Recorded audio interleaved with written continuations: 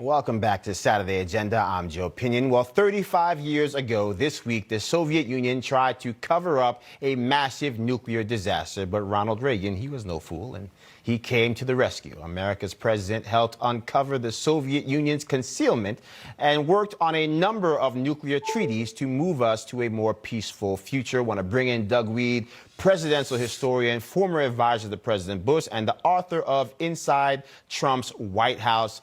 Afternoon to you. Take us inside Reagan's fight to uncover really what happened at Chernobyl, that nuclear disaster that shook the world.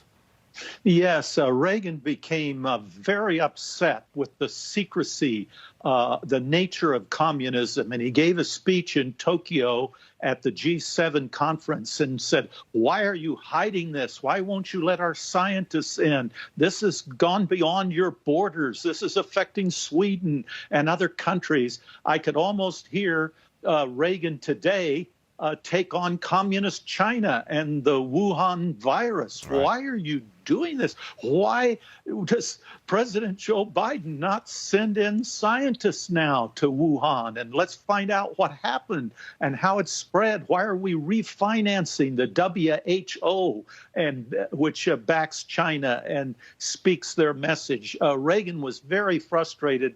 I think he'd be frustrated today as well. You talk about that famous confrontation, Ronald Reagan famously saying peace through strength. How did that strength through crisis help actually form the backbone of that relationship with Reagan and Gorbachev that ultimately led to us having the type of prosperity we enjoy today? Yeah, that broke the back of communism, and the leftists in America, the communists in America, who have made quite a comeback in recent years, were shocked at how the whole Soviet Union just collapsed because it was economically unsound. And Joe, that's why a lot of them now are moving to a cultural war. The conclusion of the communists is it doesn't work economically unless you take over culturally. And that's what we're experiencing here in the United States. It's quite a phenomenon. Well, I'm glad you bring that up because, again, when you look at it from that perspective, this notion that they move from this is what we're promising you to a message that actually focuses on the emotions of people to distract them from the fact that what was promised has not been delivered. What are the lessons that we can glean from what Reagan was able to do to break the back of communism, to fight communism today? About 30 seconds.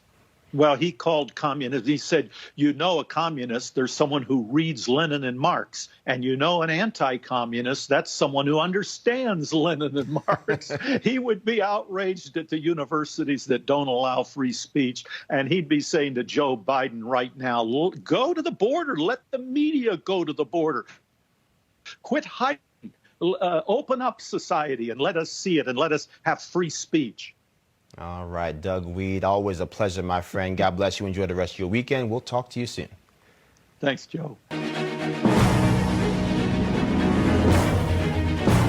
And Doug Weed, your excellent service in government at the White House and in the private sector. I think it'll depend a lot on the president. And I went into the Oval Office and Barbara was there. Jared Kushner said to me, and I've seen that all through history, they want cheap labor. And I mean really behind the scenes, but Doug is respected by everybody. So he had access to everybody.